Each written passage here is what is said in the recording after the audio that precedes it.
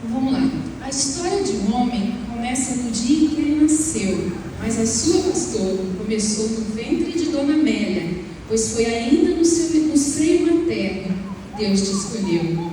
Mas quem poderia imaginar que aquele menino, nascido em terras fluminenses, aos 27 de novembro de 1954, na cidade de Volta Redonda, no estado do Rio de Janeiro, o quinto filho de Dona Amélia Nascimento de Lima e de seu Francisco de Lima Sobrinho, irmão do Paulo, do Édio, do Isaías, do Getúlio, do Alain, da Marlene, da Iraci, da Vilma e da Irene, registrado como Álvaro Cândido de Lima, mesmo sem conhecer a Deus ainda, teria sua vida conduzida e guiada para lugares altos, onde os propósitos de Deus um dia seriam cabalmente descortinados. Quem poderia imaginar que um menino de infância sofrida em um lar que não conhecia Jesus teria sua vida mudada pela mensagem da cruz?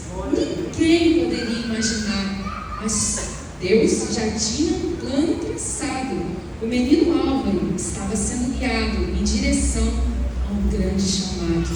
E se ele soubesse cantar naquela época, ele cantaria: aonde guiar-me, meu Senhor? Eu seguirei por seu amor. É sua mão que me conduz, como ferida sobre a cruz. Então um dia, sob a bênção da Dona Amélia e a direção do Senhor Deus, o menino Álvaro embarca numa viagem sem volta, numa grande aventura rumo ao desconhecido.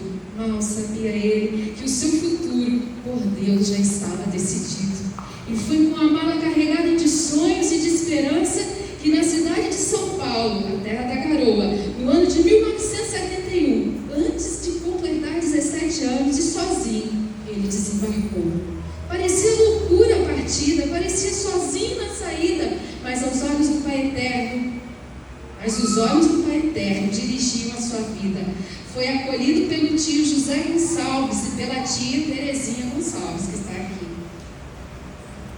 os quais o apresentaram ao maior e melhor amigo, o amigo mais certo nas horas incertas, o amigo presente e nunca ausente, que jamais o deixaria. A este amigo ele entrega a sua vida e aquela tal mala cheia de sonhos e esperança que ele trazia. E foi ali naquele lar tão longe e tão perto que descobriu o seu primeiro amor, Solângela. Tão perto, pois moravam na mesma casa; tão longe, pois a timidez o congelava. E a dona do seu coração, segundo ele, era brava. Meu Deus! E foi assim, desse jeito, entre olhares apaixonados e suspiros da parte do Álvaro, e reviradas de olhos impacientes da parte da Solângela, que entram na história Sara e Cela, as irmãs da irmã Solângela. O plano era o seguinte: nós vamos ao açougue, a Sara e a Cela, deixando vocês a sós, e você, Álvaro, declara todo o seu amor. Amém. Mas as mãos começaram a suar, a língua travar, e o Álvaro nada de se declarar. A menina Solângela já era determinada e direta ela falou: não precisava pedir para as minhas irmãs para te ajudarem. Toma atitude, homem. O Álvaro quase desmaiou, mas naquele dia o namoro se oficializou. Noivaram, casaram-se em 13 de outubro de 1973, ela com 16 e ele com 18. Mas Deus que não une pessoas, que une propósitos, Ele mesmo fez essa união, pondo em prática, executando um lindo plano que já estava em seu coração. E para a família ser completa, Deus presenteia o casal com a primogênita, a talentosa Rosângela Regina. Depois, com o varão, o inteligente Anderson Rogério. E por fim, a caçula, a carismática Rosimeire Cristina. Esses adjetivos é de acordo com o que eu escuto deles.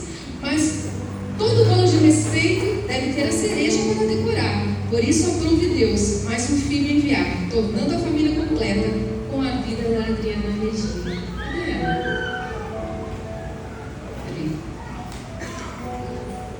Teve seu primeiro emprego na SESC, Companhia Energética de São Paulo, onde se aposentou. Auxiliou seus pastores no ministério da Assembleia de Deus no Jardim das Camélias por 25 anos e 3 do Ministério São Miguel Paulista, onde foi bênção, foi abrigo, foi cooperação para o crescimento da obra de Deus.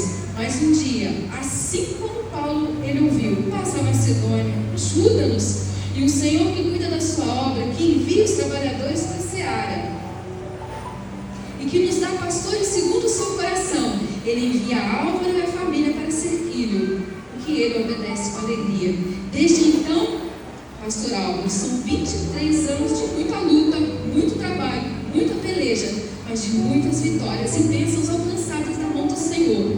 Se o perguntarmos qual a sua motivação, ele certamente responderá: é o amor, nada mais que o amor. O amor me trouxe até aqui, o amor que tudo suporta, que tudo sofre, que tudo crê. O amor me amou primeiro, o amor que se entregou na cruz por mim. Foi este amor que tornou esta caminhada possível. Este é aquele homem, pastor Álvaro, de que fala o Salmo 84, versículo 5. O homem bem-aventurado, cuja força está no Senhor e em cujo coração se encontram os caminhos aplanados. E sabe o que acontece quando este homem passa pelo vale seco e árido? Ele faz deste vale um manancial, e a primeira chuva cobre o vale de bênçãos. Por quê? Porque a força dele é no Senhor.